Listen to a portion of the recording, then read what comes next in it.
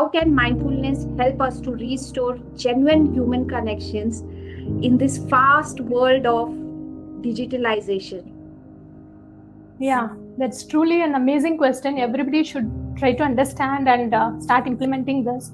As we all know, Anu, you're also a mindfulness coach. As I was going through your profile, so mindfulness, people thinks that it's all about sitting and doing meditation for hours and hours. Actually, that is not only about mindfulness. Mindfulness is something beyond that. It is like living each and every moment of your life with awareness that truly brings up the happiness and freedom. Whatever that you wanted to achieve in your life you will be seeing it in front of you.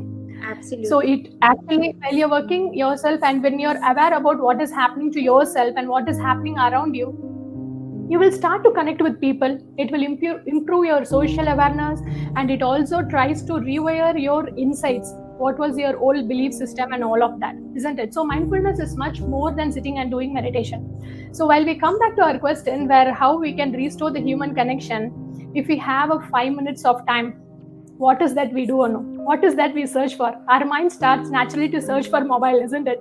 Or the TV remote these days. Yes. Yeah. Yes. But does any one of us think about what is happening around us? Does anybody next to us need any help?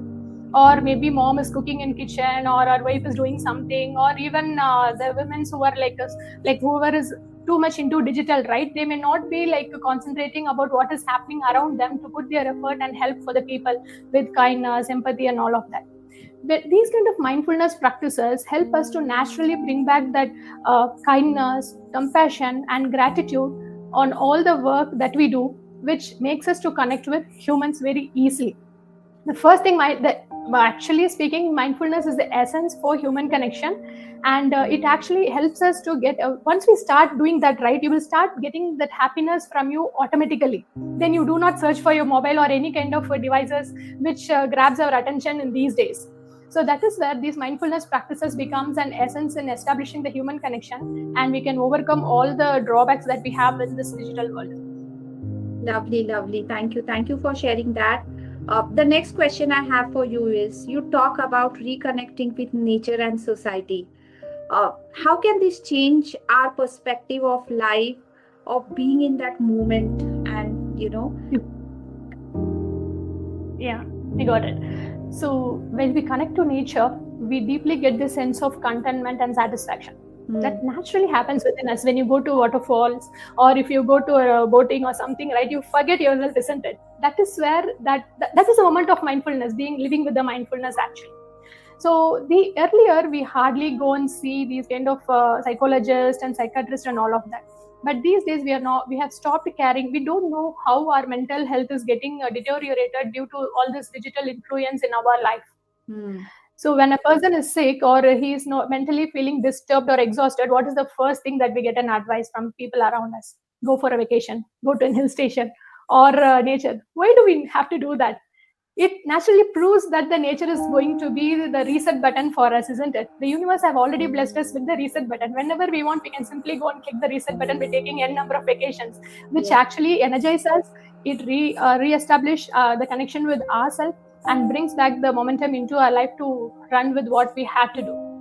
And it is not the only thing. It's really important that we have to also establish the social connection through which there are a lot of benefits that we are seeing, right? When we establish the social connection by going to shop and doing the shopping, or when we start to go and visit our relative places or something like that, and connecting to these kind of nature, scientifically proven that our neuroplasticity is also like increasing.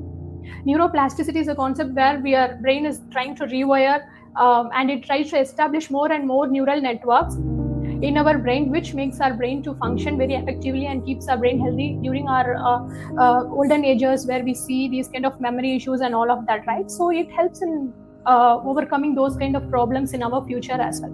So mindfulness becomes the root here, where we try to connect with people around us, or when we try to connect to nature, we can bring back all the left parts of our life back into our life. Great. So one of the questions that comes to my mind is, like, how does goddesses within empower women to reclaim their inner strength? Uh, I want you to put your light on this, and I think this is what you are doing right now to empower women out there, right? So, what is Yeah. your take on this, and what insights would you like to share with the audience? Yeah. So Goddess Within is one of my soul connected program, which I have carved from my own experiences. So most of the women out there are thinking that living within that shell or within the closed box is the safest place for them to be in, but that is not so. They have to learn how to come out of it to see the beautiful life around them. So most of us live in a form of guilt or self-criticism and keep saying, I do not have time to do what I wanted to do. But who is stopping us from managing our energy and time? It is our whole responsibility, isn't it, to manage the time and energy to do what we have to do. So it's really important for every woman to see what is that gives them happiness, what is that they can do for themselves. From morning till night we keep serving for people, or we go for work and come back, we get tired, but by end of the day, if we spend few minutes or few, like 1 hour for ourselves, doing an exercise or by journaling or by simply sitting and having a peaceful tea, coffee, that will recharge us, isn't it? So Yeah. it's really important that every woman should care for herself. And my Goddess Within program teaches every woman to understand the importance of a woman in a family, and as a woman, how important her happiness is for the society as well. So naturally speaking, every woman possesses the different avatars of goddess within us, isn't it? So this program tries to help her to understand when to show that particular avatar and situation as per the life demands. So that is the core essence of the program. And when a woman learns to understand her mind, balance her emotion, and manage her energy well, right, then she can awaken the goddess within her naturally. So that is where the program intention is all about. Amazing, amazing. Thank you for sharing that. So the next question is, how do neuroscience and brain-based tools enhance personal and professional growth? Uh, and people are these days are looking for a kind of a shortcuts, right? People want an easy tools where they just want that life should change in a snap of a finger. What advice would you like to share to them through your experience? We should start live with awareness of our body, how what are the experiences that we are undergoing, and then we also have to learn to come out of our closed network to see how we can build bonds with the nature or the people around us, that will actually bring back the question that you have asked, that is the answer for the question that you have asked naturally. The thing is, like as I was explaining earlier, like when we connect to the nature and the social aware, when we connect to the people around us outside our home, it naturally rewires our brain, and that is where the neural network paths will be like re-established. Say for an example, every day we are brushing, right? When we start to brush with an awareness, experiencing the taste of the toothpaste, and then experiencing the brush contacting our teeth, right, it is actually going to give a different experience to the brain. Actually, the brain, how it works is like what you see, what you experiences, and what happens in your body. That is a core concept how the brain works. Based on what kind of experiences you give to your brain, you will automatically see the reactions in the form of actions that you do. You can start doing the things very happily, and you will feel a sense of contentment by doing all these mindfulness practices. So that is where the importance of mindfulness pitches in, and even science have shown all the evidences through these neuroscience researchers that have been undergone, right, how beautifully the gratitude practice is going to improve the human it not only going to improve the human potential to become a happy soul, it is also going to benefit us socially and also physically. It says that even our immune system can be strengthened if we start practicing a sense of gratitude once we wake up in the morning by saying thanks to our body, because it psychologically rewires our brain to feel that we are doing good, and in that way the tired and worry, everything will be faded away.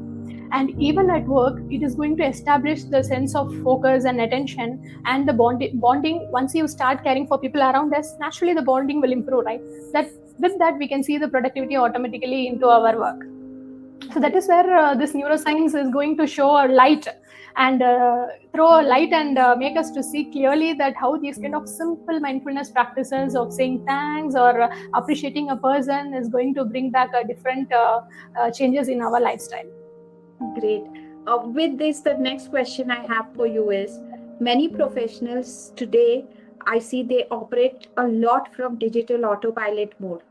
What are the first steps you would like to suggest for them towards intentional living? Yeah. The first step towards the intentional living to get rid of this digital autopilot is acceptance. Acceptance. Acceptance and also awareness that what are the benefits it's going to bring for us. Yeah. Because once we get to know like what are the benefits, then automatically we learn to accept the truth that it is not good for our health, isn't it? So it is somehow, it has become a habit for each and every one of us to sit in front of one or the other device, either for work pressure or in the form of when we build up the stress that comes out of our work, right? We naturally tend to get into something that gives us the immediate positive happiness, I would say. Immediately, like when you take a mobile and start looking into the reels, you forget what you're doing. That gives a sense of completeness for them at the moment, but in a long time it is going to create a lot of disadvantages to our health, to our mental, to our physical health, and also to our mental health, isn't it? So one of recently when I was coaching to one of the college students, one of the students asked me, ma'am, nowadays I'm feeling I'm too much of doing overthinking, and sometimes I feel I get into depression. When I heard that, at a moment I felt good that the child is coming and asking me that question, but it actually made me to like feel bad about like why these kind of college students have started using this words depression and all of that. Actually it worries us, isn't it? Like earlier we didn't had these many issues due to stress, depression, anxiety. Nowadays this has come everywhere. People have started, even kids have started talking about all of this. The answer or the solution for all of this is simply that these kind of mindfulness practices are no. So that is what I feel for the, and nobody can make us, or we can keep telling people that it is not good for us, we need to get out of it, we should try to engage ourselves in what we like and all of that thing. But truly the change happens when we start to accept that it is not good for us, and we carefully and mindfully change our habits into what makes us healthy and happy from internal. So acceptance is what the key thing that we have to adopt to get out of this digital autopilot. Absolutely. You beautifully said that, even kids have been talking about this. And I truly feel that there's a lot of pressure on kids with so much of competition outside. And every parent is like, they want their kids to become what they want. And then it creates so much of chaos. But I feel that now that we are into this world of mindfulness, and I think there is a lot beyond this that kids can do, kids can perform, and kids can live their life mindfully as well. Just not being into a rat race, just not being into that competition mode. Life is beyond that, I personally feel.